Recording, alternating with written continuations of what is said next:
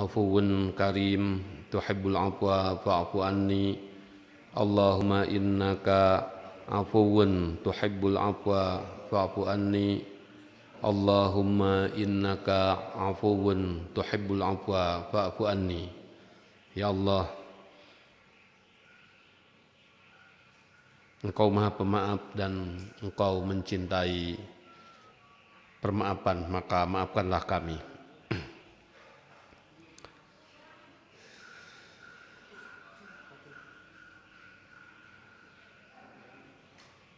Para jamaah, para saudara-saudaraku sekalian, alhamdulillah pada tanggal 22 hari ini kita masih bisa tetap mengikuti program i'tikaf yang tentu kita tidak hanya atau pencari, kita bukan pencari Lailatul Qadar ya, karena Lailatul Qadar itu dengan ataupun tanpa kita melaksanakan i'tikaf tetap saja itu akan berjalan, karena itu adalah merupakan agenda tahunan Allah dengan para malaikatnya ya, setiap 1 tahun sekali diadakan. Agenda Allah untuk menentukan hal apa seluruhnya yang menyangkut masalah makhluk. Maka tentu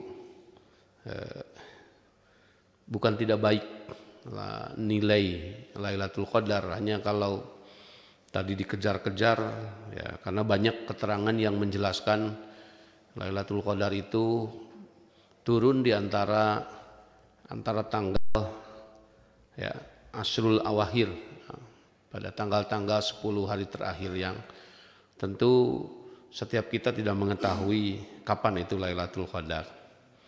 Maka ini lebih kepada sebuah pengabdian, lebih kepada sebuah tugas, lebih kepada rasa terima kasih, rasa syukur kita ya, tugas melaksanakan ya, untuk menyempurnakan puasa dengan melaksanakan i'tikaf seperti yang sudah disampaikan kemarin. Tsumma atimmus syiyama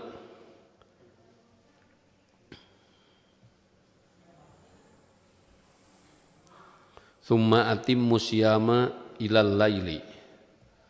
Kemudian sempurnakan puasa kalian sampai malamnya dengan melaksanakan i'tikaf. Wa antum aqifuna fil masajid. Maka tentu itu menjadi bagian atau rangkaian penting daripada program saum, daripada syariat saum. Maka bismillah ya, tidak ada ganjil ataupun genap, kita berniat melaksanakan i'tikaf sebagaimana Nabi melaksanakan ya, sampai akhir hayatnya, sampai Allah mewafatkannya, dan kemudian yang diikuti oleh para istri dan keluarganya beserta para sahabatnya setelah beliau pergi. Mudah-mudahan kita berbesar hati ya, kita menaruh harapan bahwa dengan usaha-usaha yang kita lakukan, i'tikaf ini ya, yang juga berarti dalam bahasa kita berdiam diri ya, diisi dengan mentakorubkan, dengan mendekatkan diri kepada Allah.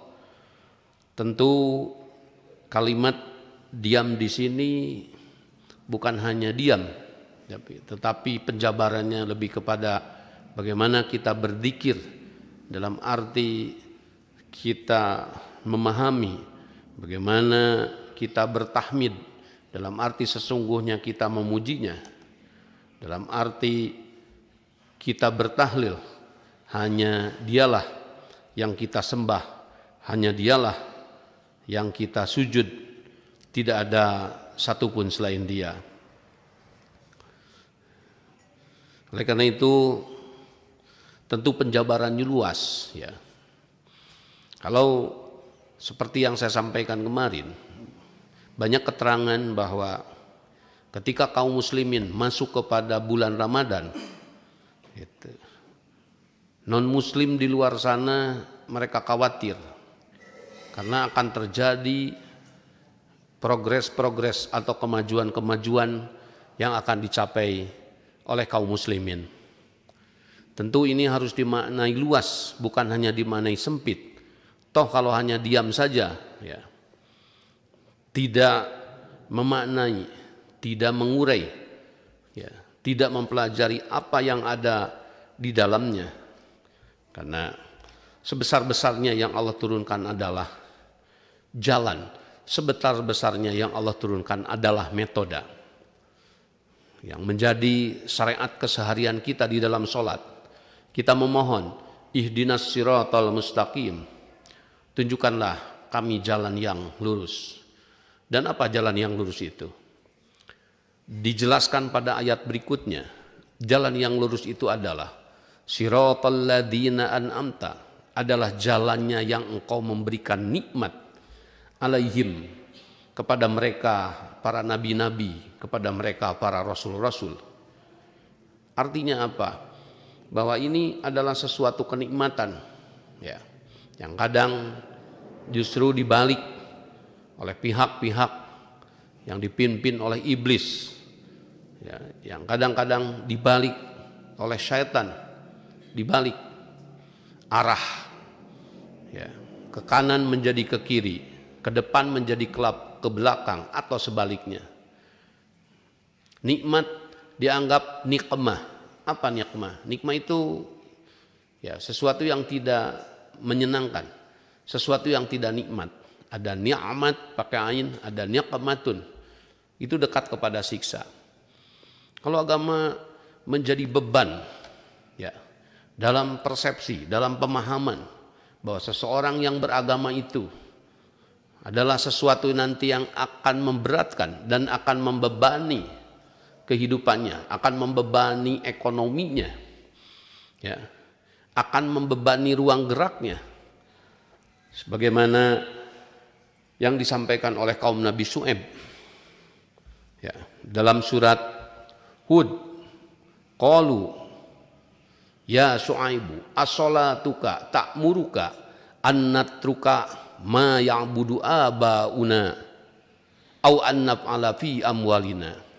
Syu'aib, apakah sholatmu, apakah agama yang kamu bawa ya menghendaki annatruka ma ya'budu abauna, agar kami meninggalkan apa yang diibadahi oleh nenek-nenek moyang kami, oleh ayah-ayah kami, oleh kakek-kakek kami. Dan apakah agamamu yang kamu bawa membatasi bagaimana kami berbuat terhadap harta kami, bagaimana kami mengelola duit kami. Ini duit kami yang usahakan, ini harta kami yang kami usahakan. Mau digunakan untuk apa, maka semuanya menjadi kewenangan kami. Apakah agamamu itu hanya membatasi? Nah, ini kan luar biasa. Lalu apa kata Nabi Syu'aib? Kata Nabi Syu'aib apa? Bisa dilihat di surat Hud. Sebentar kita buka. Ya.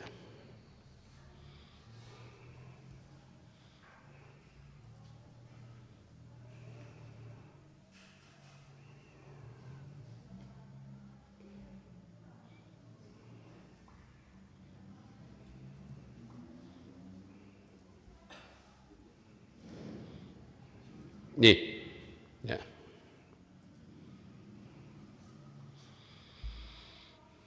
Ini suratnya, ya, ayat ke-78.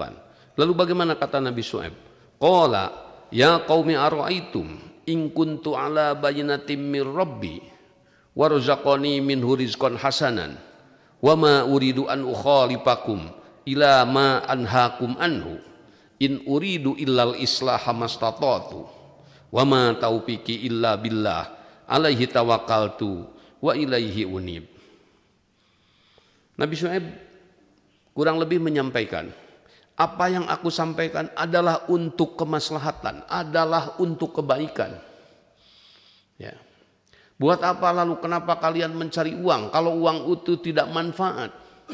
Buat apa kalian kalau mencari uang kemudian uang dipakai oleh anak-anak kalian untuk kejahatan? Bukankah itu menyakitkan? Siapa yang tidak mau anaknya menjadi baik? Siapa yang tidak mau anaknya menjadi soleh? Siapa yang tidak mau dengan hartanya berguna dan bermanfaat bagi pribadi, keluarga, dan yang lainnya? Yang aku inginkan adalah kedamaian. Yang aku inginkan adalah keislahan. Aku akan mengusahakan sesuai dengan kemampuanku. Dan usahaku itu, upayaku itu adalah direstui dan diperintah oleh Allah Subhanahu wa Ta'ala untuk membenahi masyarakat, untuk membenahi umat, kemana arah hidup ini. Alaihi tawakkaltu wa ilaihi unib. Ya. Di persepsinya lain. Seperti apa bapak-bapak, ibu-ibu sekalian? Ya, ini kan bagaimana menjatuhkan atau menyelewengkan lawan. Tentu bagi iblis segala cara itu menjadi halal, ya. Bagi iblis segala cara itu menjadi halal.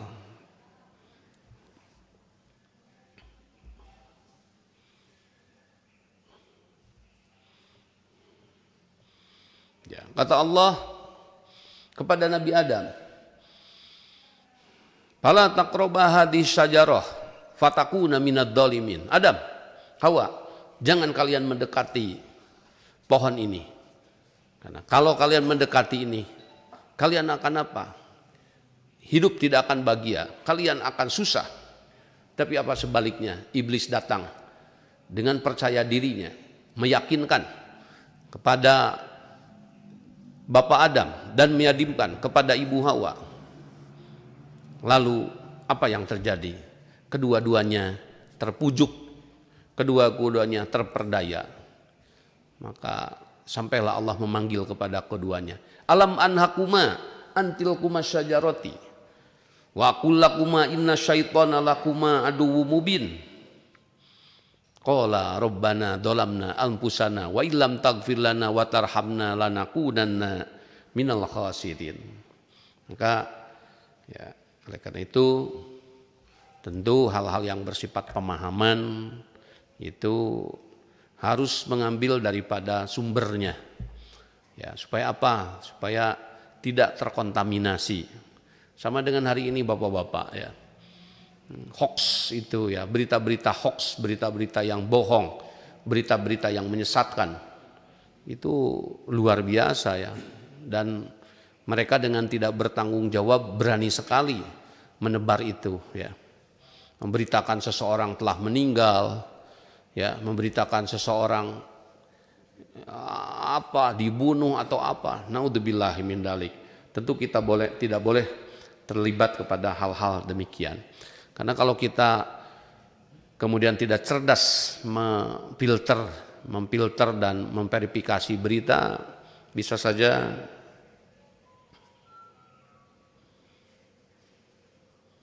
kita yang terjebak ya. Bisa saja kita yang terjebak.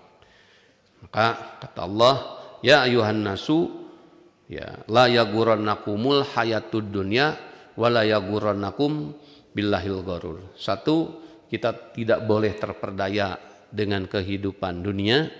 Artinya kitalah yang harus menjadi pelaku, bukan kita menjadi budaknya dunia. Kitalah yang harus mengelola dunia. Yang kedua, wala yagurannakum billahil gharur. Kemudian hati-hati juga dengan yang mengatasnamakan Allah ya, atau mengatasnamakan agama mungkin ya. Tapi untuk kepentingan yang tidak baik, bisa saja naudzubillahi min dzalik. Karena apa yang dilakukan iblis kepada Nabi Adam dan Siti Hawa adalah inni lakuma laminan nasiin. Dia mengaku sebagai advisor, dia mengaku sebagai penasehat. Ya, padahal kurang bagaimana jelas Allah sudah mengatakan kepada keduanya, inna hada aduwun laka wali zaujika. Ya, bahwa ini Adam dan itu ada di hadapan mereka berdua. Setan ini merupakan musuh bagi kalian, maka kalian harus menjadikannya sebagai musuh. Tapi meski demikian, iblis tidak kalah, tidak mudah patah. Meskipun demikian, dia berusaha bagaimana menjatuhkan Nabi Adam dan mengeluarkannya dari surga. Tentu ini sangat menyakitkan, ya. Maka oleh karena itu kembali apa yang tadi saya sampaikan, bahwa agama ini harus lebih dipahami kepada tadi metode, agama harus lebih dipahami kepada jalan menuju kesuksesan, menuju kebaikan. Ihdinas siratal mustaqim, tunjukkanlah kami jalan yang lurus, implementasinya di dalam masalah ekonomi. Tunjukkanlah kami kepada yang halal, itu jalan yang lurus. Tunjukkanlah kami kepada menanam, itu jalan yang lurus. Berternak, berdagang, berindustri, menambang, menangkap ikan di laut, bekerja di tempat orang, itu adalah jalan yang lurus. Sementara pihak ada yang tidak lurus, menjadi pencuri, maka itu adalah jalan magdub, ghairil magdubi, bukan jalan yang dibenci, bukan jalan yang tidak disukai, magdubi. Menjadi pencuri, menjadi koruptor, menjadi pencopet, ya, menipu orang, itu adalah jalan magdub. Janganlah kami ditunjukkan ke jalan itu, ya, karena jalan itu ada 3 kalau tadi yang sering kita baca, ya.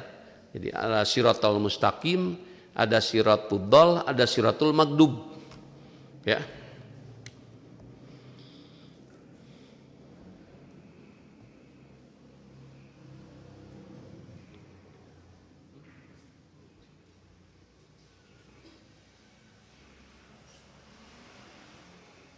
Jadi ada siratal mustaqim,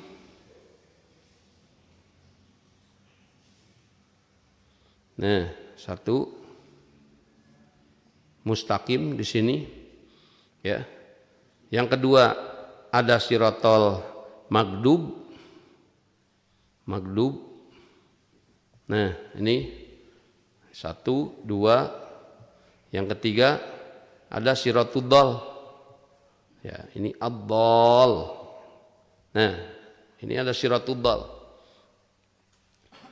Jadi jalan itu ada jalan yang lurus, cepat sampai ke tujuan. Yang ini adalah jalannya Allah. Ini ada jalannya para nabi dan jalannya para rasul. Ada siratul magdub. Ini adalah jalannya iblis, setan, dan orang-orang yang tadi tersesat. Ada siratul dhal, ada jalan yang sesat.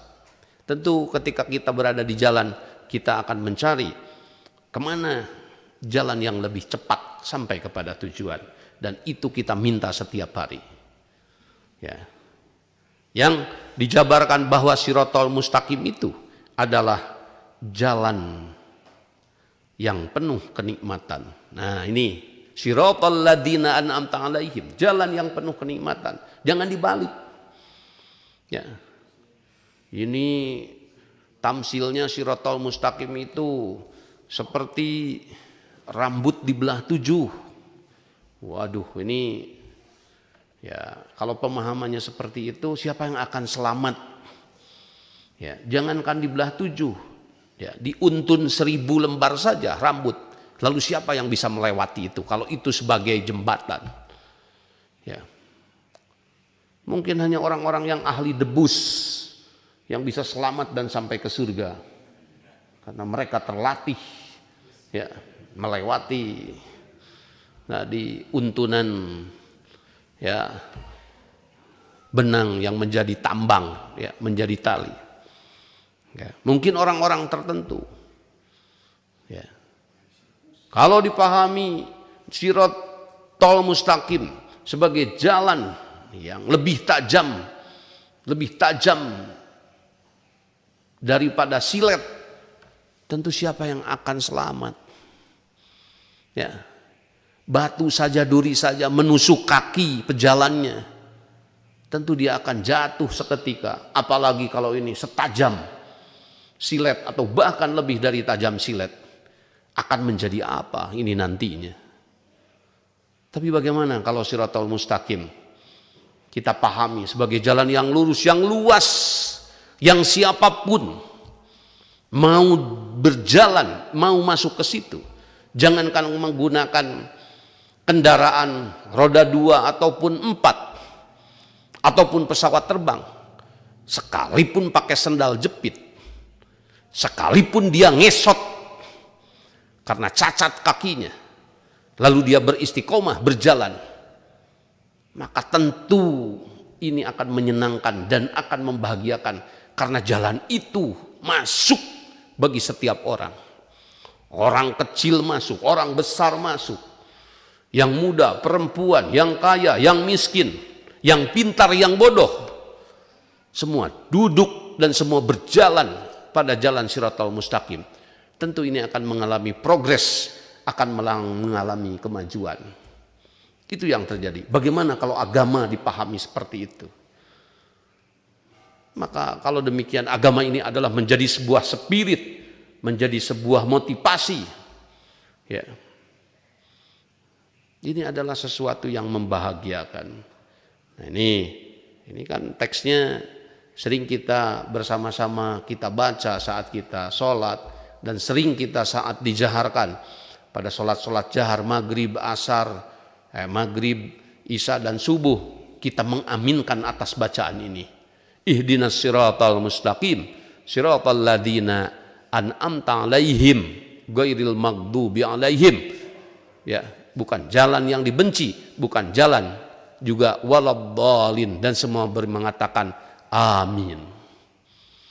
Artinya setuju, amin di situ.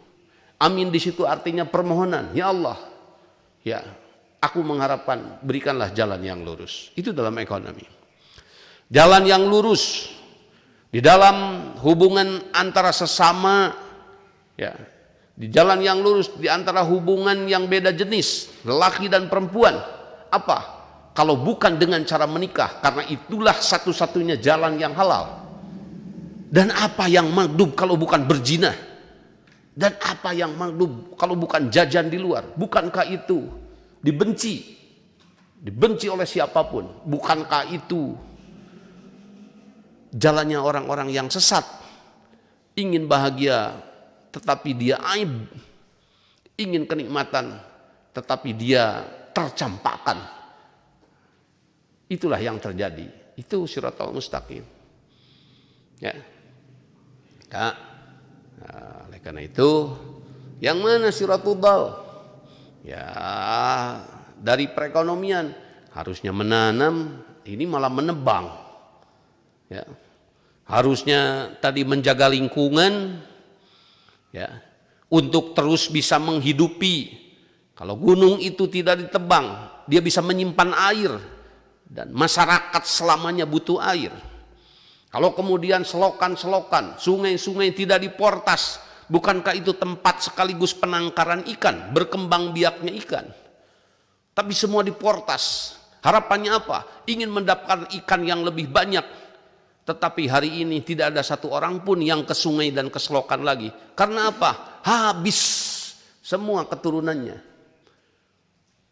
Sekarang tidak ada yang ke gunung lagi. Karena juga sudah habis tanaman dan pohonnya. Semua ditebangnya. Na'udzubillahi. Bukankah itu adalah jalan yang sesat? Ingin menuju kepada kesejahteraan, tapi yang terjadi adalah kemiskinan. Kalau agama sudah dipahami seperti ini, lalu siapa yang tidak butuh dengan jalan ini? Kalau agama sudah dipahami sebagai metode, sebagai cara, lalu siapa yang tidak butuh dengan cara-cara seperti ini? Bukankah kehormatan, bukankah kemuliaan, bukankah pengetahuan, bukankah keilmuan Itu adalah harapan semua kita dan semua manusia. Tidak ada satupun manusia yang ingin hidupnya hancur. Tidak ada satupun yang mau hidupnya rugi. Semua ingin hidup itu dalam martabat dan keluhuran. Maka jalan menuju ke situ adalah satu, jalannya yang ditempuh oleh para rasul, jalan yang penuh dengan kenikmatan. Ya, jadi disinilah letak optimismenya. Ya, maka hubungannya dengan penugasan Nabi, ya, dia memiliki sifat nadhirun wa basyirun. Wa ma arsalnaka illa mubasyiran wa nadhira. Tidaklah kami mengutusmu adalah sebagai pemberi motivasi, penyemangat. Tidaklah kami mengutusmu sebagai pemberi kabar gembira. Bagaimana semua orang yang duduk di Shiratal Mustaqim dan berjalan di Shiratal Mustaqim, semua harus merasakan kebahagiaannya. Saya sedikit kritik kalau membaca sejarah Nabi, cenderung kita diajak ada cerita-cerita penggalan-penggalan yang sedih secara umum. Saya tidak ingin masuk kesedihannya ya. Ya, semua dikatakan beliau yatim ya. Orang-orang hari ini juga banyak yang yatim, tahu mereka masih senang-senang saja, enjoy aja bermain. Kenapa tidak diekspos? Kenapa tidak dipahami bahwa Nabi adalah seorang yatim yang melahirkan kebesaran, yang melahirkan kemajuan, yang mengukir seluruh perjuangannya dengan penuh senyuman. Dengan penuh senyuman. Sebagaimana orang yang menanam, para petani, sebagaimana orang yang sedang membuat proyek, semakin hari, sama sebagaimana dengan kita saat membangun rumah, itu mengukir dengan senyum.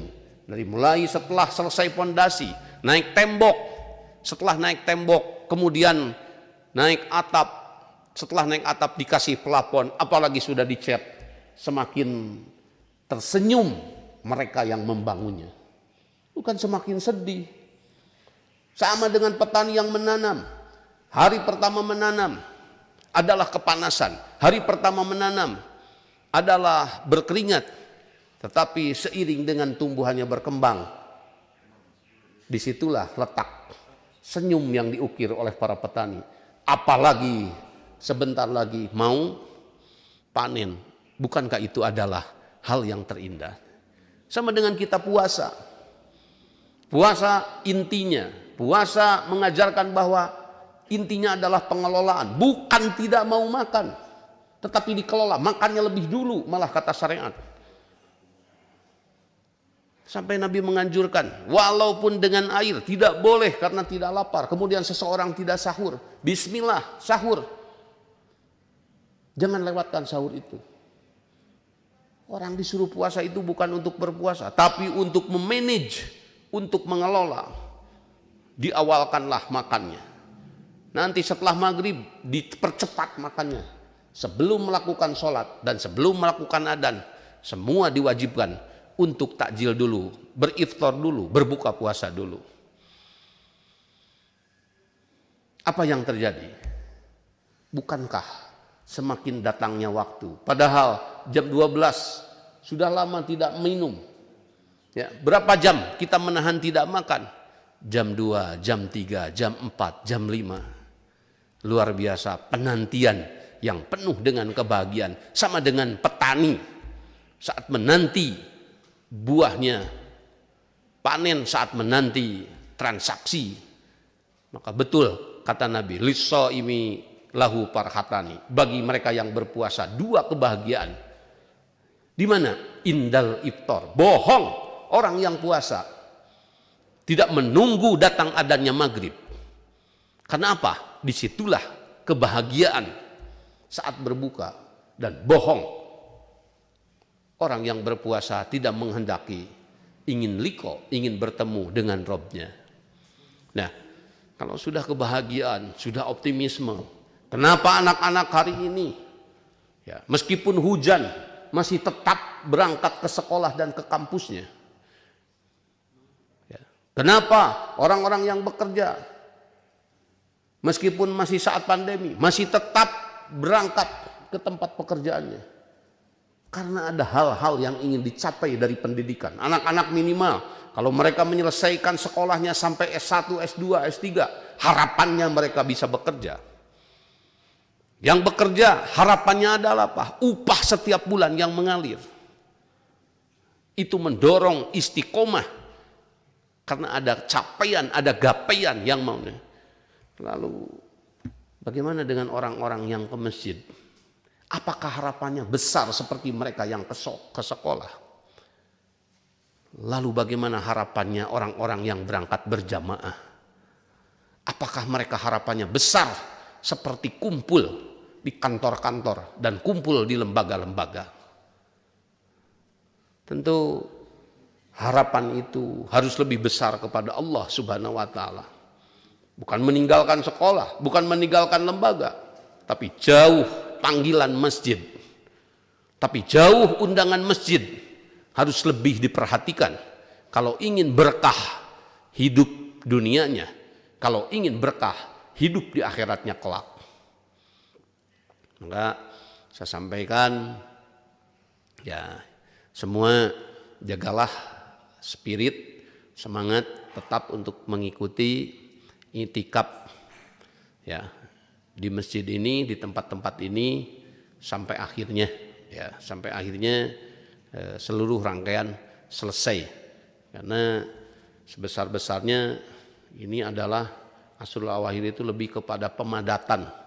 Ya, pemadatan pemaknaan yang ya kalau dipadatkan, ditempa habis-habisan, nanti keluar pada bulan berikutnya semua orang semangat, berbahagia, menyongsong perbuatan, menyongsong pekerjaan. Bukan hidup itu semakin ditakutkan. Waduh, bagaimana saya kalau sudah tua? Bagaimana anak saya? Bagaimana? Itu tentu bagi mereka-mereka yang tidak bekerja. Tetapi orang yang menanam 100 pohon kelapa, 100 pohon pala, 100 pohon alba, 100 pohon cengkeh. Ini kalau di kampung misalkan, maka semakin tua dia akan semakin tersenyum. Semakin tua dia akan semakin tersenyum. Orang-orang yang mendidik generasinya menjadi soleh, sesusah apapun, sesulit apapun menjadikan anak soleh, tetap dia istiqomah, tetap dia kekeh menjadikan anak soleh. Maka saat tua terjadi, orang tua itu pun akan tersenyum. Karena anak-anaknya akan penuh rasa tanggung jawab mengurusi orang tuanya. Tapi bagi mereka yang tidak mengurus anaknya dan melahirkan, menjadikan anak-anaknya soleh, maka masa tuanya itu tenaga semakin kurang. Ya, bisa saja anaknya mencekik leher kedua orang tuanya. Na'udzubillahi min dzalik. Itu adalah jalan yang tidak diinginkan dan itu adalah jalan yang menyesatkan. Kenapa kita dilukai? Kenapa kita dibangkangi? Kenapa kita diabaikan, tidak diurus oleh anak-anaknya? Kenapa? Secara umum. Karena kadang-kadang orang tua mengabaikan, mengurus, melahirkan anak-anak soleh. Maka dia tidak akan diurus lagi saat dia tua karena dia tidak mengurusnya. Jadikanlah anak-anak itu soleh. Itu sebagai jalan Shiratal Mustaqim. Bahagia semakin tua. Bahagia karena sudah amalnya banyak, kebaikannya banyak. Sampai datang malaikat Ajrail pun masih berbahagia. Al-mautu rohatun lil mu'min. Kematian itu adalah istirahatnya bagi orang-orang mukmin. Sampai datang pensiun pun, kematian pun, itu adalah kebahagiaan. Di mana kebahagiaannya?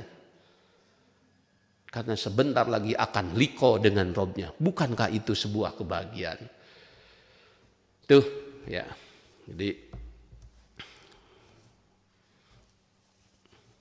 kembali bahwa tadi disampaikan ya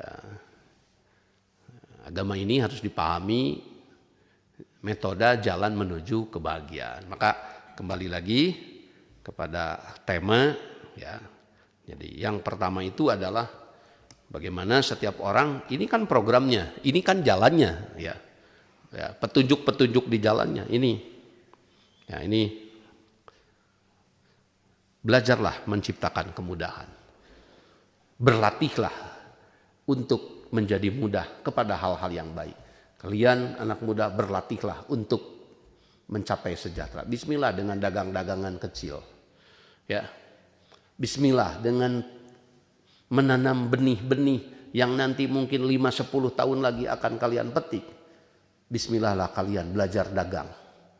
Itu kalau kalian semakin mudah berdagangnya, mudah bertaninya, mudah beternaknya.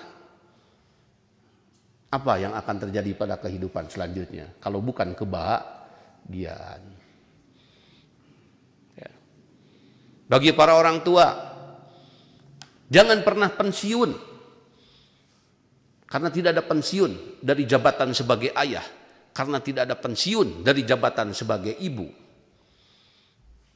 Bertanggung jawablah atas darah daging kita sendiri. Bertanggung jawablah atas keturunan. Meskipun dia pernah melakukan kejahatan, tapi berdoalah dan berusahalah. Jadikanlah dia pada akhirnya orang-orang yang baik. Orang-orang yang husnul khotimah.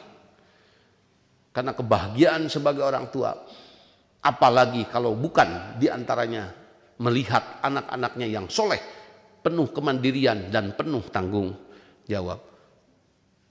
Bukankah hidup ke depan akan lebih mudah? Hanya oleh karena itu tentu ya jalan menuju ke situ, apalagi kalau tidak kita melakukan pelatihan. Oleh karena itu lakukanlah inventarisir ya. Jadi inventarisir ya. Artinya inventarisir itu apa? Dihitung. Hitung ya, mana yang masih belum mudah. Satu, secara umum kita itu sudah punya keluarga, oke? Satu, keluarga. Apakah mereka sudah mudah ya menuju pada kesolehan? Nah, ini ya hitung. Ini harus dilakukan pelatihan-pelatihan. Soleh di dalam apa? Soleh di dalam tadi ibadah, soleh di dalam apa? Soleh di dalam kesejahteraan, soleh di dalam apa? Soleh di dalam akhlak, dipentarisir. Oh, alhamdulillah anak saya ini atau saya ini kalau berjamaah baru 1 kali misalkan ya. Nah, baru 1 kali misalkan. Sehari, oke, bismillah ada pekerjaan ini sisanya 4 kali lagi. Bismillah, saya akan selesaikan mudah-mudahan dalam 1 tahun. Misalkan nanti setelah 1 tahun selesai kemampuan berjamaah mendengar adzan itu tek tek tek gitu. Jadi sudah otomatis ya. Kalau yang belum mampu, waduh, sudah adzan lagi katanya. Waduh, sudah adzan lagi gitu. Bukan berangkat ngambil air wudhu berangkat ke masjid, tapi sudah adzan lagi gitu. Oke. Tuh diantaranya dalam masalah akhlak ya, yakinkan apakah anak-anak kita itu sudah bertindak jujur. Dia tidak mau mengambil yang bukan haknya meskipun di rumah ada dompet ayahnya, ada ATM ibunya, dia tidak mau mengambil itu kecuali dia meminta izin. Bukan memberitahu, dia meminta izin. Ya Bu, boleh tidak saya meminta uang? Boleh tidak saya mengambil ini? Tidak boleh. Kalau tidak boleh, dia tidak marah karena tidak diizinkan. Itu sudah berakhlak anak itu. Sudah sampai di situ belum? Misalkan ya. Masalah akhlak. Kemudian tadi masalah untuk kesejahteraannya ya. Kesejahteraannya. Kira-kira sudah apa yang dibahasnya? Sudah apa yang diceritakan? Kira-kira kecenderungannya anak ini menjadi pedagang. Kira-kira kecenderungan anak ini bertani. Itu harus sering ngobrol bapak-bapak kalau mau anak itu tadi kedepannya menjadi sejahtera. Bukan hanya meneruskan kemiskinan yang diderita oleh orang tuanya. Bukan hanya meneruskan kebodohan yang diderita oleh orang tuanya. Paling tidak hentikan kemiskinan itu sampai kita. Ya. Hentikan kebodohan itu sampai kita. kita jadikan anak kita lebih cerdas dan lebih sejahtera. Ya. Itu diantaranya. Jadi ya kembali lagi kalau mau disimpulkan nyahonya sampai di mana, bisanya sudah apa saja, boganya sudah berapa, ya ini berapa, ya bisanya apa saja, ya nyahonya ya sudah apa saja, sama juga nyahonya apa saja. Nah, ini yang harus dikejar. 1, pengetahuannya. 2, kemampuannya. Ya, 3, boganya. Kenapa? Inilah 3 ini, nyaho, bisa, boga, yang akan menyelesaikan persoalan di keluarga, rumah tangga, di kampung, di mana kata tempat tinggal, ya, di wilayah, di daerah, dan bahkan di negara dan dunia akhirnya. Semua akan selesai oleh orang-orang yang memiliki 3 syarat. Nyaho, bisa, boga. Untuk nyaho itu apa jalannya? Tentu di sini perlu sarananya. Apa untuk nyaho? Kalau bukan sarananya, jalannya dengan tadi Iqra. Bismillah. Jadikanlah Al-Quran sebagai materi dasar untuk setiap kita. Ya, kaum muslimin, untuk setiap anak-anak kita. Bismillah. Masuklah. Bacalah Al-Quran, Iqra. Bacalah dari mulai tertib 7 suratnya. Supaya nanti sekaligus dipahami bagaimana tadi metode ini dibangun oleh Rasul pada masyarakat yang penuh kegelapan, pada masyarakat yang penuh kejahiliahan, dan bagaimana dalam beberapa tahun saja masyarakat yang miskin, yang jahili, yang tidak beradab, mereka menjadi orang-orang yang penuh dengan kesuksesan, hilang kebodohan tergantikan dengan kecerdasan, hilang kebiadaban tergantikan dengan orang-orang yang beradab, dan hilang kemelaratan digantikan dengan kesejahteraan. Itulah yang dicapai oleh Rasulullah Shallallahu Alaihi Wasallam, berikut seluruh para pengikutnya dan berikut seluruh masyarakat sejaziratul Arab, dan akhirnya hasil yang dicapai oleh beliau sampailah kepada kita hari ini. Maka tentu kita harus mengingatnya, ya, maka tentu kita harus mengikutinya, apa yang kita mampu, apa yang kita bisa. Ya. Jadi, yang kedua itu nyaho adalah sarananya dengan Iqra. Bisa. Apa jalannya kalau bukan dengan latihan? Bisa itu karena biasa. Sekali lagi, apa yang belum kita bisa, biasakanlah. Belum bisa bangun subuh, latihlah. Belum bisa menabung, sisihkanlah sedikit-sedikit. Apa sebetulnya? Coba saya tanya di sini, anak muda yang masih susah berjamaah, angkat tangannya. Angkat tangannya. Saya ambil 1, kamu Aslam, kamu bisa menyelesaikan sampai 5 waktu, cukup berapa waktu? Kira-kira, setahun cukup tidak? Setahun? Alhamdulillah, catat itu sebagai kesanggupan kamu, ya. Kamu bisa komitmen, itu salah satunya.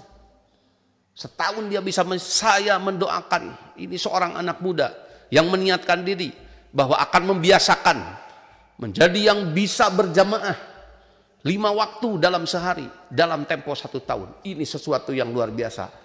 Mari kita bersama-sama mendoakan. Ya, bismillah 1 tahun. Mana lagi tadi yang belum bisa? Kamu bisa menyelesaikan berapa tahun? Yang sampingnya, Arif. 1 tahun juga. Insya Allah. Semua kita dukung, kita doakan. Kamu Jibril. 1 tahun. Itu luar biasa bapak-bapak. Ibu-ibu, bapak-bapak harus rela menunggu waktu 1 tahun. Tidak apa-apa, anak itu sedang berjuang. Kita dukung. Ya. Jangan kesel, insya Allah kamu dari sisi itu akan menjadi orang baik. Itu salah satunya. Oke. Ya, lebih cepat, lebih baik. Ya, tapi sekali lagi kita juga harus menghargai kemampuan untuk mengadaptasikan dirinya, untuk melatih dirinya. Nah, jadi kalau yang bisa itu apa sarananya kalau bukan latihan? Pak, ini latihan ya. Yang ketiga, boga. Nah, untuk boga, untuk jadi bermateri, berharta, apa sarananya? Kalau tidak mengetahui dulu apa pintunya untuk menuju boga itu? Dari menanam. Ya, kamu bisa menanam dengan baik.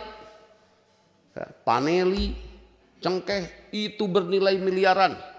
Bukan kecil, bukan hanya dagang. Apalagi pintunya kalau bukan dari berternak.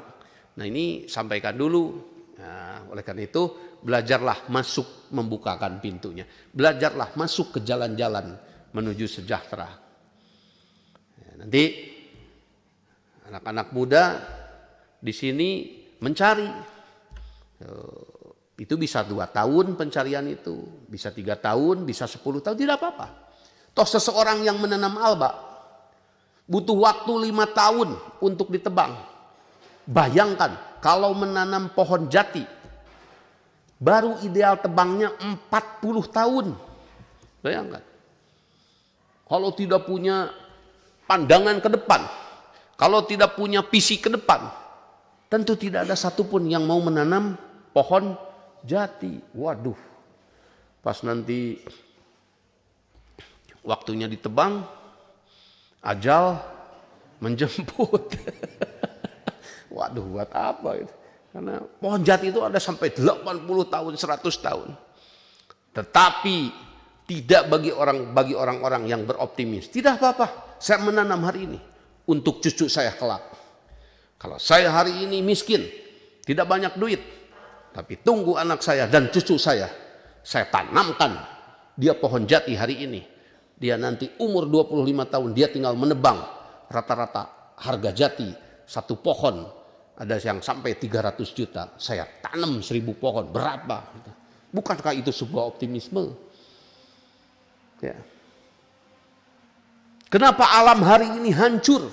Kenapa alam hari ini selokan-selokan kecil sudah tidak ada ikannya lagi? Kenapa di gunung sudah tidak ada penadah-penadah hujan lagi? Karena mereka tidak berpikir generasi selanjutnya. Tidak memikirkan bagaimana anak cucunya. Mereka hidup dalam keserakahan. Padahal sebesar-besarnya Allah ciptakan alam itu adalah untuk menjamin kehidupan manusianya sendiri. Kita tidak akan makan motor. Kita tidak akan makan gadget. Yang kita makan adalah tumbuhan dan tanaman. Yang kita makan adalah ternak-ternakan. Kalau dia tidak mendapatkan air, kalau dia tidak mendapatkan tanah-tanah yang subur, di mana mau ditanam tanaman itu? Kalau semua tanaman dibikin menjadi batu bata merah, mau di mana ini?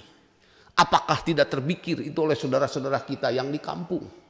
Sehingga akhirnya saudara-saudara yang di kota harus mengimpor dari luar negeri akan kebutuhan sayurnya. Na'udzubillahi min dzalik. Pisang pun sudah diimpor dari luar. Padahal bukankah pisang tumbuh di setiap tanah negeri yang kita cintai Indonesia ini?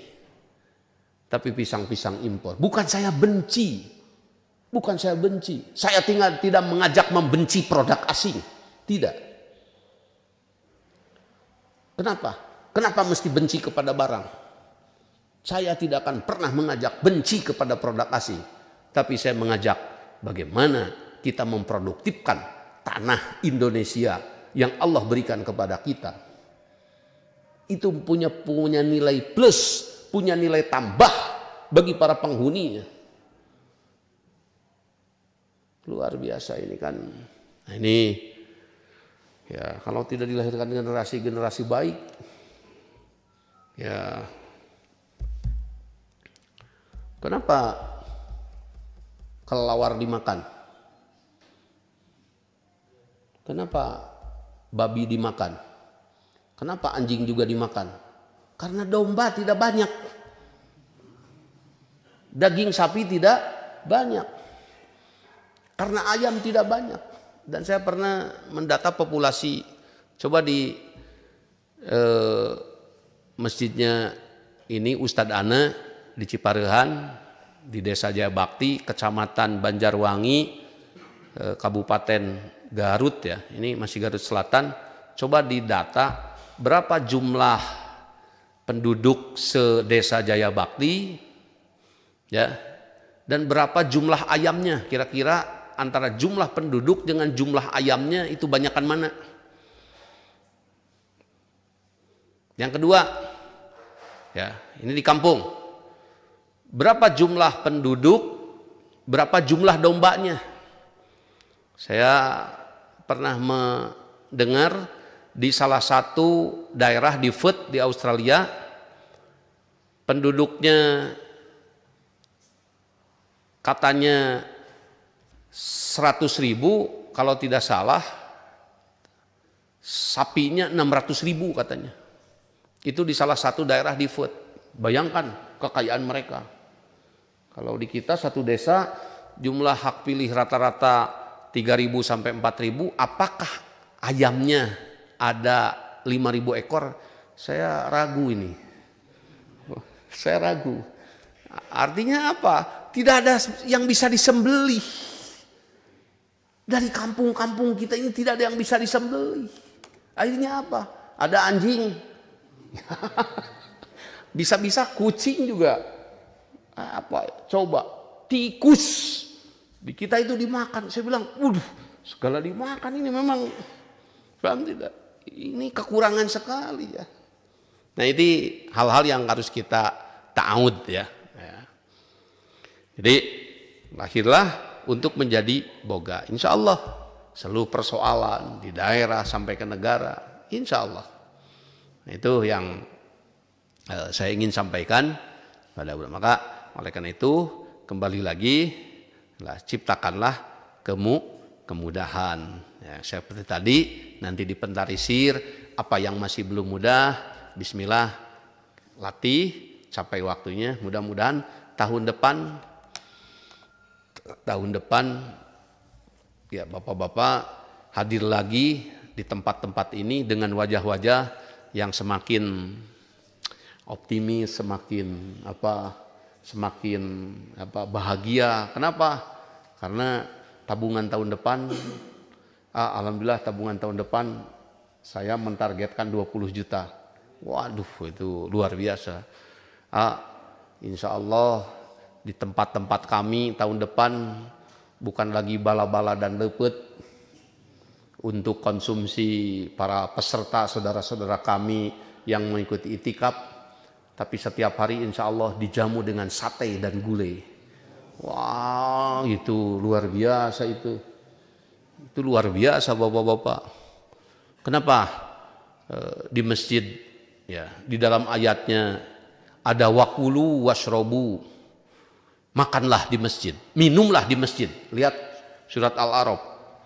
Ayat ini, ayatnya ya. Bagi bapak-bapak ada beberapa yang tidak boleh makan di masjid, tidak boleh minum di masjid. Ada ayatnya Pak. Ya. Nih.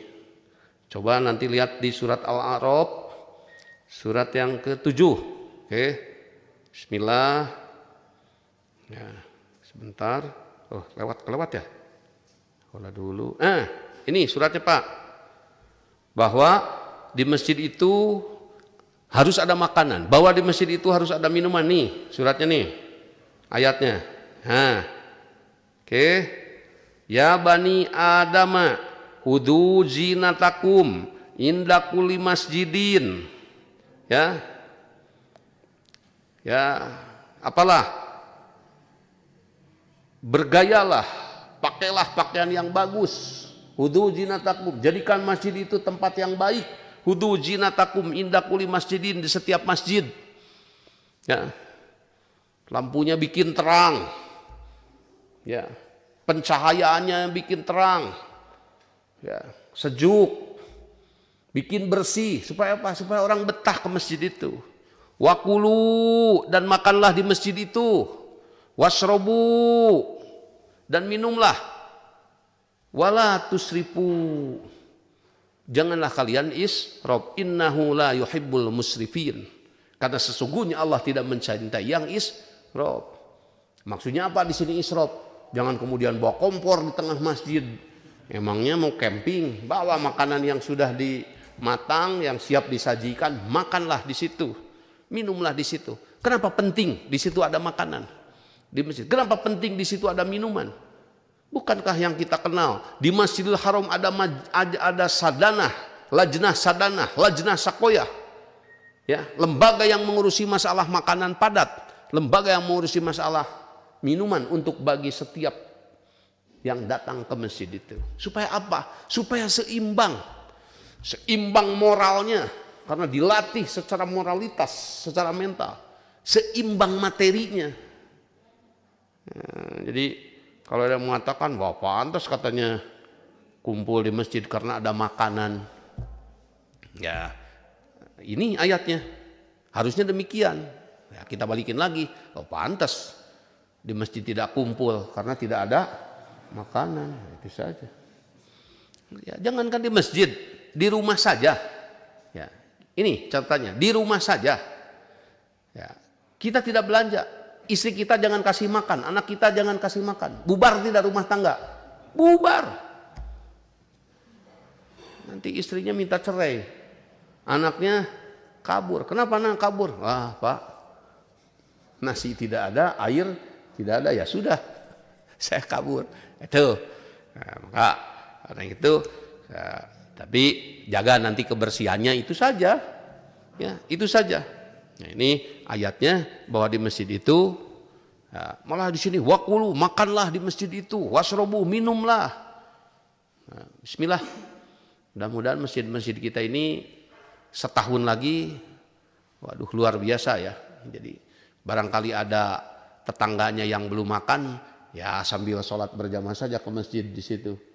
Sudah disediakan makanan, sudah apa? Mudah-mudahan. Ya, itu. Oke,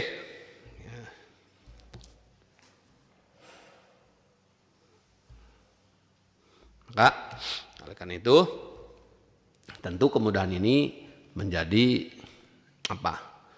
Menjadi proyeksi kita ya, proyeksi kita bersama. Ya begini saja. Alhamdulillah kalau sudah kaum muslimin kita ya diantaranya sudah mudah duduk di masjid, ya. Sudah mudah belajar di masjid, insya Allah barokah itu kecil ataupun besar akan kita raih. Tapi kalau susah ya bagaimana lagi? Masa mau datang ke rumah-rumah warga, masa mau datang ke rumah-rumah rakyat? Terlalu banyak dan tidak akan cukup waktu. Tapi kalau rakyatnya, masyarakatnya bisa memfungsikan, memanfaatkan masjid sebagai tempat tadi ibadah, sebagai tempat di situ bersosialisasi, sebagai tempat di situ sebagai tadi memberi spirit, memberi motivasi, tentu semua orang akan mencintai dan mendambakan masjid yang seperti itu. Oke, mungkin itu dulu yang saya sampaikan. Masuk ke pertanyaan, enggak? Gus. Alhamdulillah, di live Facebook sangat antusias sekali, banyak pertanyaan yang masuk. Pertanyaan pertama dari... Sebentar, saya interrupt dulu. Saya mohon Pak, ini apa kebaikan ini harus terbagi ya, karena menjadi baik dan menjadikan orang lain baik dan berbagi kepada yang lain baik itu menjadi satu napas ya.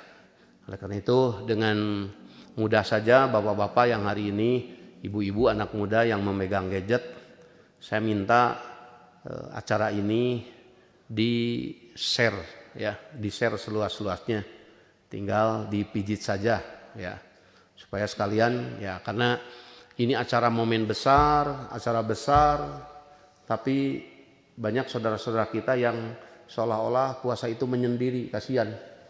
Ya, kasihan. Nah, mudah-mudahan dengan tadi berbagi jempolnya, di-share-nya, banyak mereka nanti yang bisa mengikuti FB ini.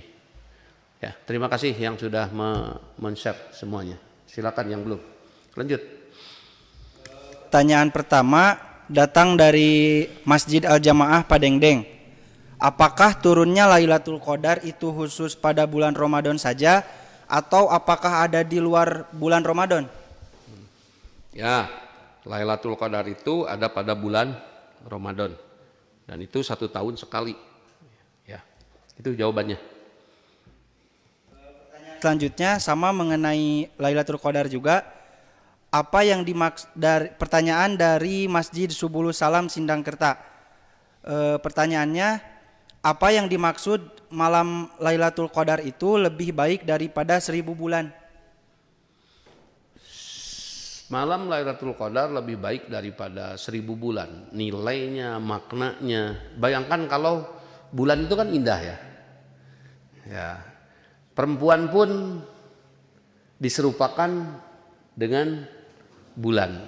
Kaulah rembulanku. Waduh, itu kan ya. Yang kedua, kata rembulan juga apa? Digunakan bagi mereka yang hatinya bersih.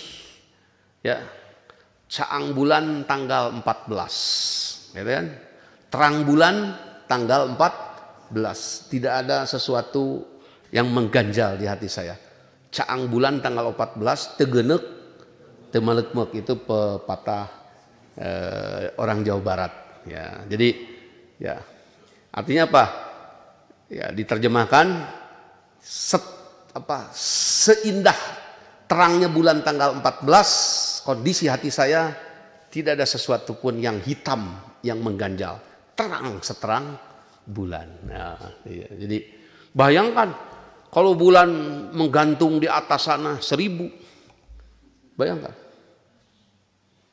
Ini bulan yang tampak ya. Ya. Kalau syahr diartikan tadi kepada tanggalnya lebih baik daripada, ya memang di mana Allah memutuskan satu keputusan, kemudian disampaikan kepada malaikat, malaikat mendapat surat perintah kerja, itu sesuatu. Coba di Indonesia saat pelantikan kabinet itu indah. Presiden terpilih, hasil pemilihan rakyat, kemudian tibalah acara pemilihan kabinet. Semua orang mau tahu siapa menteri A, siapa menteri B. Wah, paham tidak? Nah, ini situasi itu kurang, ini perbandingan, bukan seperti itu ya, bukan seperti itu. Hanya kita kan makhluk, perbandingan dengan yang dekat saja ya. Nah, nanti Allah memutuskan untuk makhluknya dalam 1 tahun sekali, seluruh malaikat tidak ada satupun yang tidak hadir dikumpulkan untuk melaksanakan tugasnya. Jadi indah sekali suasananya. Ya, kita pun yang beritikaf, ya, mudah-mudahan saja mendapat kebaikan dari Lailatul Qadar. Lailatul Qadar sedang terjadi, kita sedang melaksanakan ibadah. Salamun hiya hatamat lail fajr. Oke. Lanjut. Pertanyaan selanjutnya dari Bapak Jamal, orang Cirebon, ikut iktikaf di Masjid Al-Kausar Ciklet. Pertanyaannya, bagaimana supaya di tempat saya bisa mengadakan acara iktikaf, sedangkan orang-orang di sana belum tahu apa itu iktikaf, dan di sana kalau sudah jam 11 beres, jam 12 tadarusan di masjid langsung dikunci masjidnya. Harus bagaimana, A? Ya, bismillah. Ya, tentu tahapannya jelas ya. Harus bagaimana kira-kira? Apa?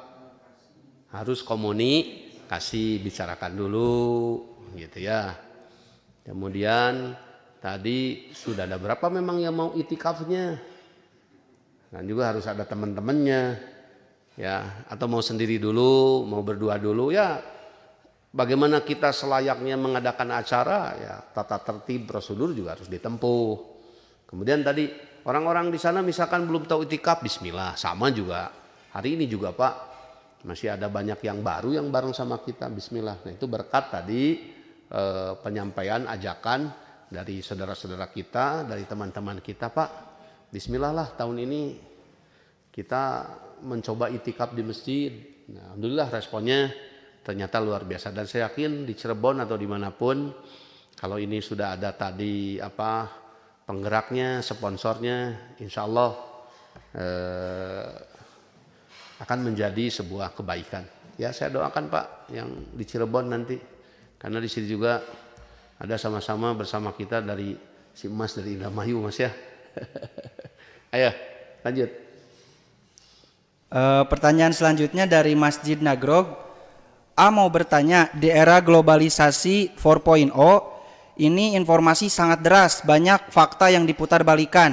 Bagaimana agar kita dapat selektif dalam menyaring informasi yang baik, terutama bagi anak-anak yang sangat rentan terkena doktrin hatur nuhun. Waduh, ini hebat. 4.0 itu apa?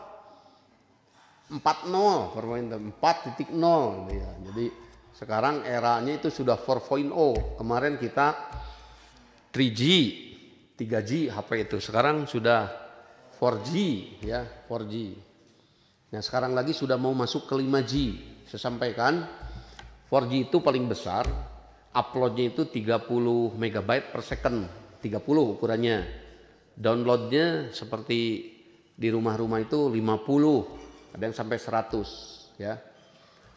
5G sebentar lagi dari 50 itu terkecil 800 nilainya, dari 50 lompat ke 800, normalnya di 1200. Jadi insya Allah saya berharap 5G cepat, karena supaya tadi gambar dan suara tidak nge-lag lagi.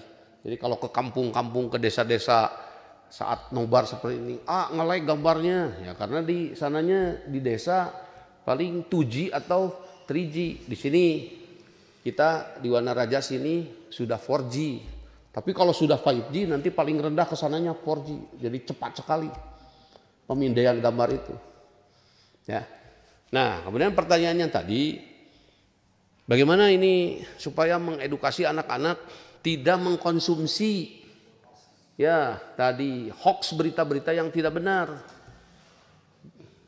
Nah, disinilah peran orang tua, harus tadi diajak anak itu berbicara mengenai masalah di sekup itu. Coba saya tanya anak-anak, kamu kalau nonton berita, kalau dengar berita di WhatsApp, biasanya apa langsung dikonsumsi atau kamu lebih dulu diverifikasi? Atau biasanya langsung percaya, kamu di WhatsApp, di grup kamu, ada berita ini, ada berita ini, ada berita ini. Di YouTube juga sama ya, bukan tadi di WhatsApp. Kalau WhatsApp mungkin bersifat intern grup. Saya yang kagetnya lagi di YouTube masuk yang hoax itu. Luar biasa. Nah, ketika kalian menonton itu, ketika kalian membaca itu, apakah kalian langsung mempercayainya itu atau itu sebagai sebuah hoax atau bagaimana? Siapa yang suka ini? Kamu siapa? Banyu, saya tanya. Kamu suka memverifikasi atau langsung dimakan saja itu?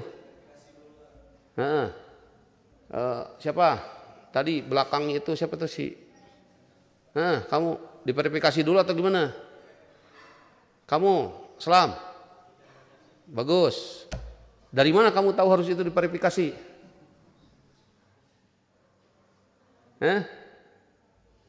Coba yang belakangnya lagi, Samuel.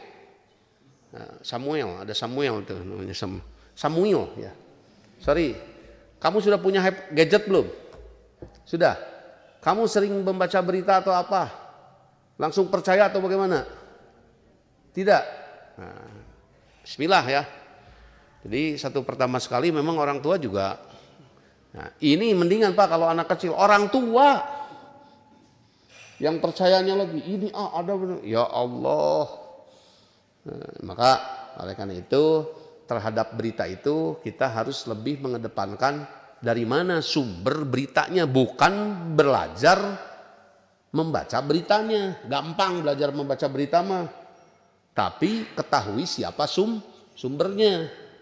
Ya, ada orang mengatakan undur makila wala tandur mankola. Lihat saja omongannya, jangan dilihat orangnya. Jangan, harus dibalik. Kenapa jatuh Nabi Adam? Karena Nabi Adam mendengar omongan, bukan melihat siapa yang ngomongnya. Padahal Allah sudah sampaikan kepada Nabi Adam, inna hada. Apa inna hada itu? Ini nih. Nah, misalkan ini, saya pakai replika. Ini si iblis misalkan ya.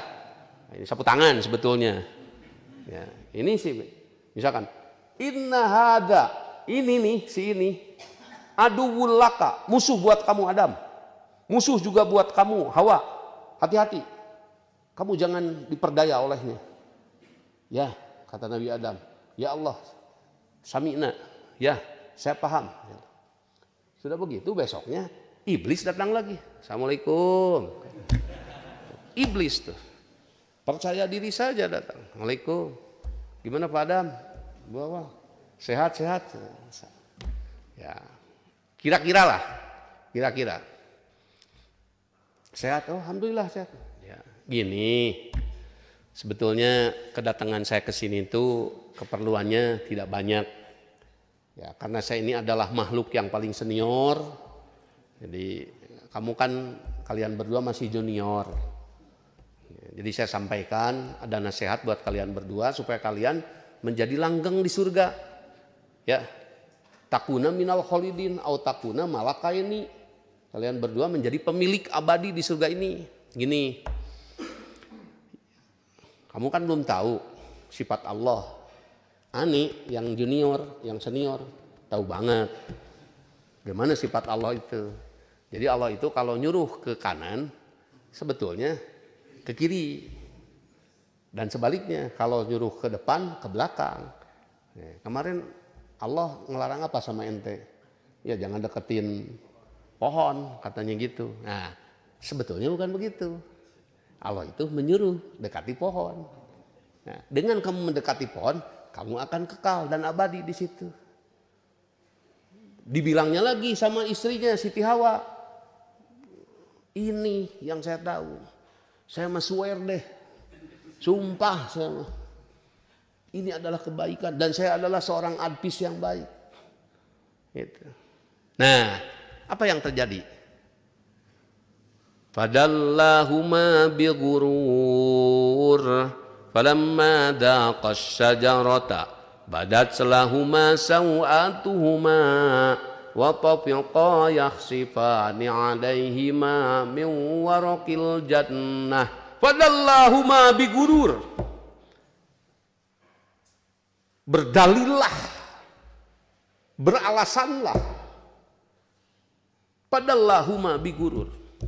Iblis kepada Adam dan Hawa dengan dalil yang menipukan, dengan dalil yang menyesatkan. Falamma daqas syajarata, ketika keduanya mencicipi buah dari pohon itu, badat lahuma sawatuhuma, terbukalah baju yang dipakai oleh keduanya menjadi telanjang bulat. Kenapa? Apa salahnya Nabi Adam? Mendengar beritanya, mendengar ceritanya. Seharusnya Nabi Adam kalau cerdas, ini ngomong apapun kan kemarin sudah dibilang nih sama Allah. Ini musuh. Harimau tersenyum. Itu bukan senyum. Giginya sudah keluar, taringnya sudah keluar, itu bukan senyum. Gitu. Itu mau menerkam. Ini kan musuh. Sebaik apapun namanya musuh apa? Akan memperdaya. Hati-hati dengan perkataannya. Maka yang lebih tepat, lihat dulu siapa yang ngomongnya. Ini tukang bohong bukan? Itu. Ini orang baik bukan, tukang bohong. Ngapain didengar? Nah itu tadi ya. Jadi kalian kalau lihat berita, anak-anak, siapa kita melihat berita, ini dari mana sih sumbernya? Jangan dulu dimakan dulu beritanya. Oh beritanya ini dari orang yang tidak dipercaya. Itu harus hati-hati ya. Paham tidak? Jadi tergantung, maka oleh karena itu tepat sekarang juga katanya untuk menghindari tadi hoax itu kita harus mengambil sumber-sumber dari pemberitaan yang mainstream. Karena yang mainstream itu bisa dipertanggungjawabkan. Ya, kayak TV-TV begitu bisa dipertanggungjawabkan. Tapi kalau ala kadarnya hati-hati gitu. Lanjut. Bagus pertanyaannya. Alhamdulillah di live FB ini diikuti banyak masjid. Ada dari Bogor, Cikarang, Bandung. Kalau di Indonesia bahkan ada pula di Mesir sama di Mekah. Alhamdulillah. Selanjutnya lanjut ke pertanyaan. Pertanyaannya adalah bagaimana cara mengedukasi yang benar kepada masyarakat tentang pemahaman Shirathul Mustaqim yang sedikit sekali orang mengetahuinya. Karena selama ini ada pemahaman yang salah bahwa Shirathul Mustaqim itu rambut dibelah 7. Terima kasih. Ya, tentu ya saya di sini juga menjadi bagian yang mengedukasi ya, menjelaskan kenapa tadi tidak boleh ditamsilkan seperti rambut dibelah 7 karena tadi ada penjelasan dari ayat selanjutnya. Ini mari kita lihat surat Al-Fatihahnya, surat 85 ya kalau tidak salah. 85. Ya. Nih 85. 84 berapa ya? Al-Fatihah. Oh dari sini ya, memang dari tertib nuzul surat. Oke. Nah ini. Oke. Ini bisa dilihat ya. Ihdinas siratal mustaqim. Oke. Ya, sebentar.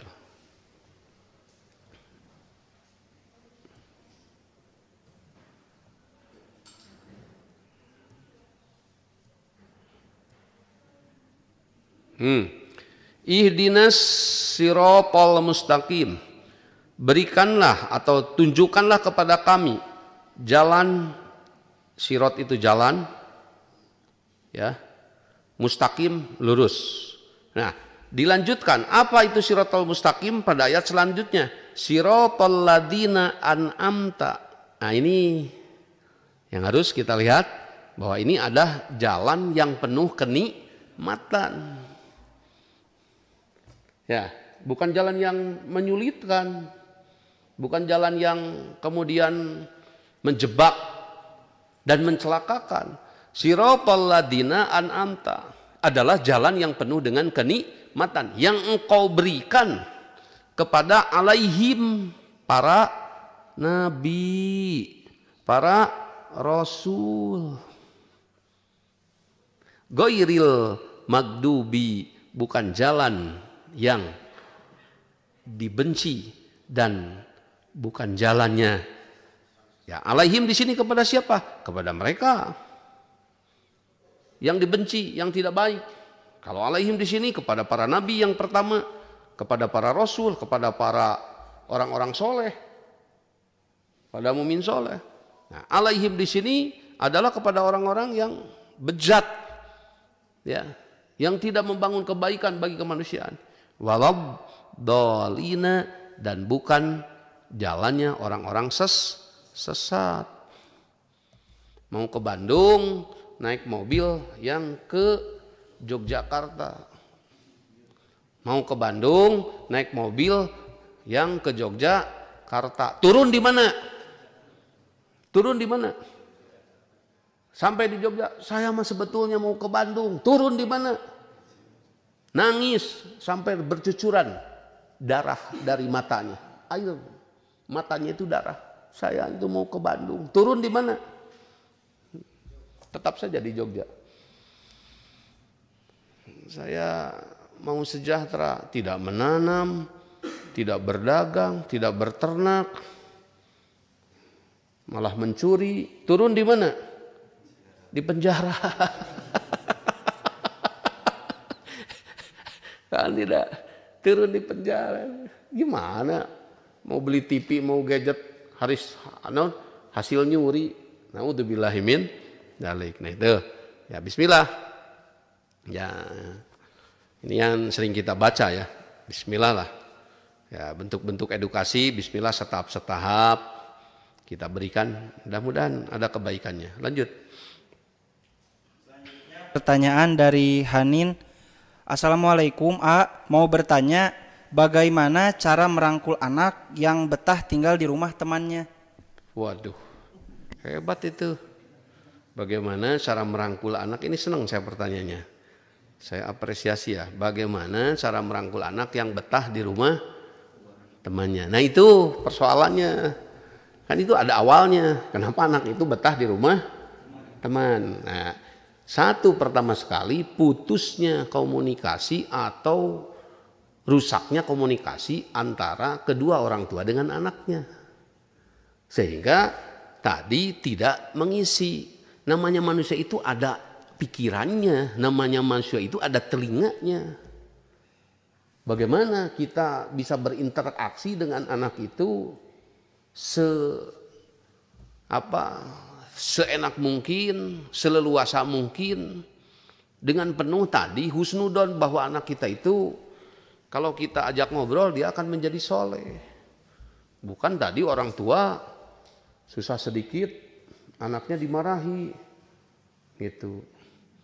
Wah, dasar tolol. Atuh. Kalau Anda jadi guru di sekolah, guru itu mah geus diadukeun ku muridna teh. Laporkeun ke polisi meureun. Paham tidak? Kenapa sama anak orang ketika seorang guru bisa besar toleransinya kepada sama anak sendiri, hayang ngambek aja, hayang ngambek. Akhirnya timbul pertanyaan, ini teh senang ngambeknya atau senang memberi nasihatnya? Dong apa pangi teh ngambek deui, sepertinya senang ngambeknya. Ya itu. Ya, itu dulu ya, gak apa-apa. Ini sebagai sebuah fenomena yang umum. Kalau ini terjadi, bismillah kita berubah bersama lah. Jadi ya sama anak itu sebaiknya lihatlah seperti Nabi Ibrahim dengan Nabi Ismail. Nabi Ibrahim ya dapat perintah untuk memenuhi janjinya, memberikan nyawa Ismail. Aduh, kata Nabi Ibrahim, ini gimana saya ngomongnya. Tapi Nabi Ibrahim itu husnudon dan ya baik sangka kepada Nabi Ismail. Ismail baru umur 15 tahun. Dia bilang langsung, "Nah, yuk kita berangkat. Nah, bagaimana pendapatmu kalau ayahmu ini ya sebagai nabi kemudian diminta oleh Allah untuk mengorbankan nyawa kamu? Bagaimana nak pendapatmu?" Ya, bukan nak sini aku sembelih kamu, nak tidak, ngobrol dulu gitu. Kenapa memang ayah? Itu ya ayah bermimpi, ayah menerima perintah karena ayah pernah menyampaikan, kalau Allah yang saya cintai meminta apapun yang saya miliki maka akan saya persembahkan. Apakah itu termasuk anakmu ya Ibrahim? Iya. Ayah pernah mengatakan demikian. Ternyata kata-kata yaitu ditagih sama Allah. Nah, Nabi Ismail berpikir, Nabi Ibrahim berharap dan khawatir, berharap dengan cemas. Siapa mau sih orang menyembelih anaknya? Tapi apa kata Nabi Ibrahim? Kata Nabi Ismail, ya ayah, lakukanlah apa yang Tuhan perintahkan kepadamu. Nah, pertanyaan kemudian, kalau Nabi Ibrahim tidak dibina, Nabi Ismail tidak dibina dengan baik, kira-kira mau nggak ngasih nyawanya? Coba, kalau anak-anak hari ini, nak, bagaimana? Pasti bilangnya apa? Bapak, pencit. Paham tidak? Bapak benci cenah. Ya bapak lah kalau. Nah, bagaimana kalau kamu diminta oleh Allah nyawa kamu, bapak aja katanya. Nah, itu diantaranya. Nah tentu ya bagaimana tadi ya sudah, karena itu sudah terjadi. Tadi pertanyaannya, anak saya lebih betah di rumah temannya. Bismillah, bangun dulu komunikasi. Bangun dulu komunikasi. Dan saya sampaikan kepada anak-anak muda yang hari ini, kalau memang itu anak-anaknya ikut bersama di masjid, ikut itikaf, nah saya juga orang tua, saya juga punya anak. Ya, ingat bahwa setiap orang tua yang diinginkannya adalah kebaikan. Kalau ayahmu marah, ibumu marah, itu hanya karena dasar kasih sayang. Itu harus yakin. Dan berikanlah maaf kepada mereka kalau mereka terus marah-marah. Jangan juga kalian ikut salah. Jangan pernah mengikuti kesalahan orang. Ya, orang salah kepada kita, kita lawan lagi salah, jangan.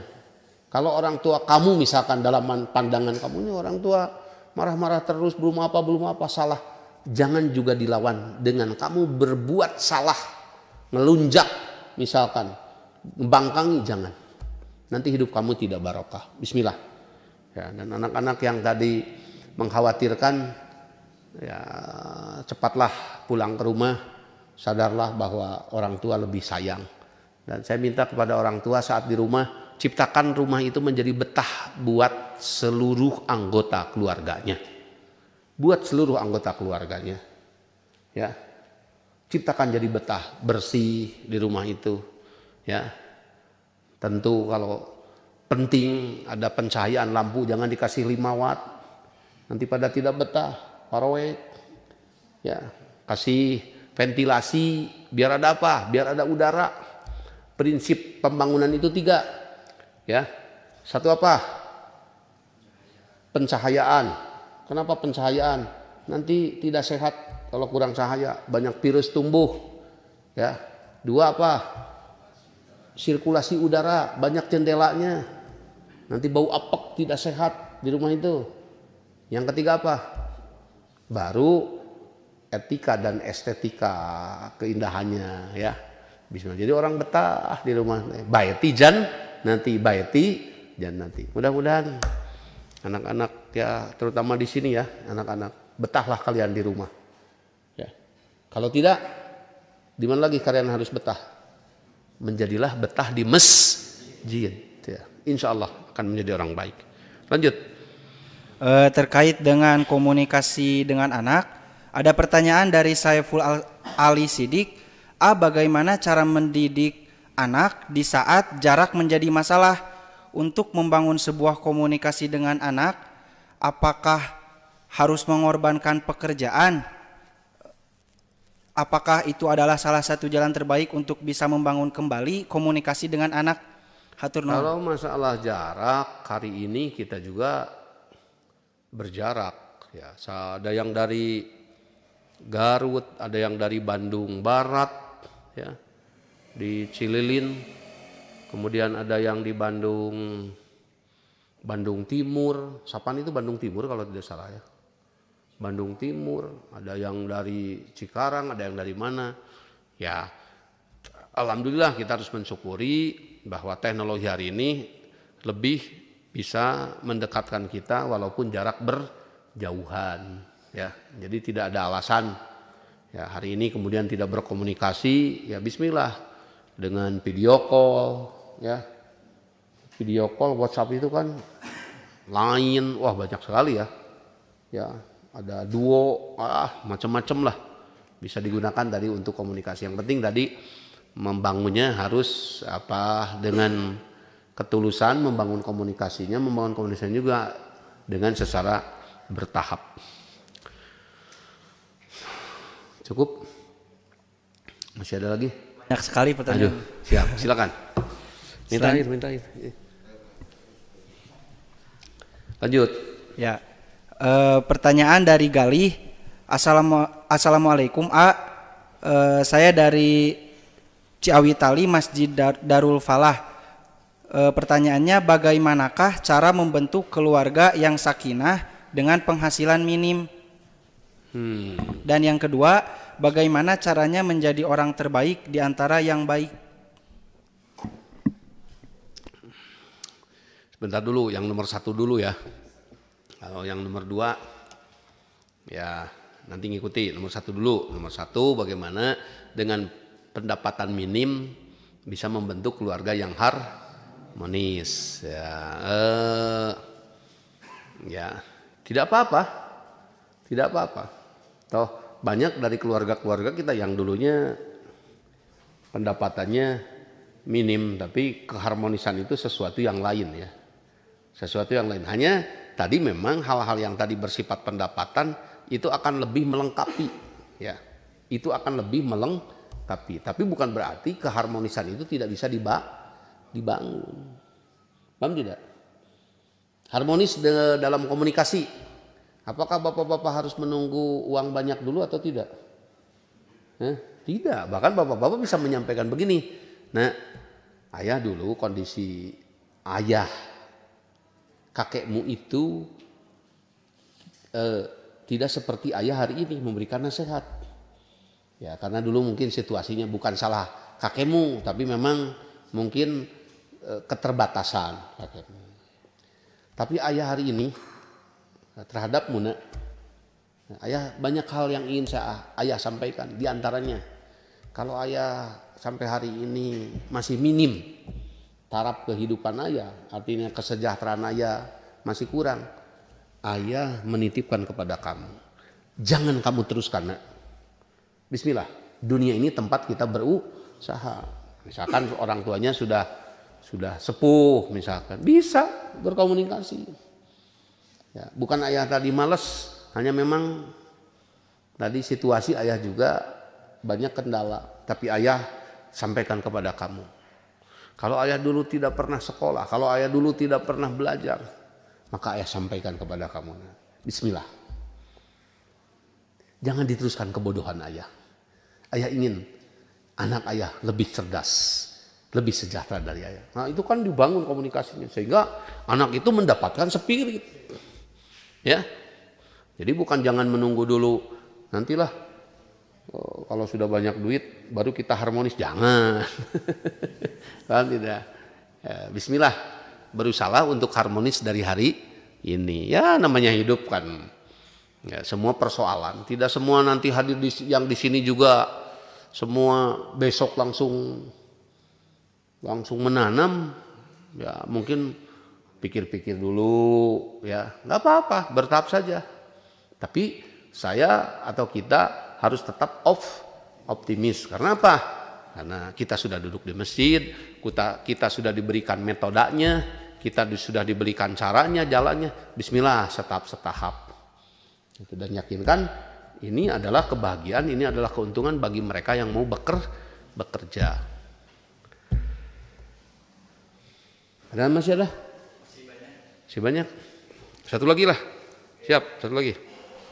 Pertanyaannya, Assalamualaikum A, bagaimana baiknya kita menyikapi orang tua ketika dirasa orang tua lebih condong perhatian kepada saudara, adik atau kakak, sedangkan kita merasa diabaikan karena faktor ekonomi adik atau kakak lebih baik dari kita? Mohon pencerahannya. Ya. Kenapa? Itu hanya perasaan hanya perasaannya tadi si penanya mungkin. Kalau itu penanya ya, kalau itu bukan penanya atau pertanyaan jadi orang, itu hanya perasaan si anak itu saja.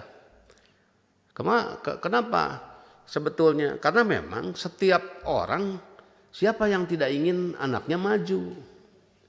Sepertinya perhatiannya besar kepada mereka yang maju, padahal sama yang diberikan orang tua itu. Tapi kadang-kadang sekali lagi ya cara mensyukuri, cara bekerjanya beda. Contoh saya begini di lingkungan jamaah. Kenapa saya sering menyebut yang maju? Karena kalau saya menyebut yang tidak maju tidak menjadi optimis bagi yang lainnya. Itu persoalannya. Kenapa kalau yang sudah maju sebut-sebut gitu. Emang mau dipakai contoh yang tidak maju? Paham tidak? Ya. Kalau kalian dagang jeruk, kalau kalian dagang apa, mau kasih contohnya yang butut apa yang bagus? Yang bagus. Nanti tidak ada pembeli. Paham tidak? Bukan mau menipu. Paham tidak? Ya, kalau tadi merasa, oh saya dikucilkan, bukan dikucilkan. Gitu. Ada banyak persoalan yang masih Anda harus selesaikan. Kalau Anda menganggap saja begitu kepada orang tua, barangkali itu hati-hati. Anda secara tidak langsung sedang menuntut kepada orang tua. Padahal orang tua itu tidak bisa ya dituntut seperti itu.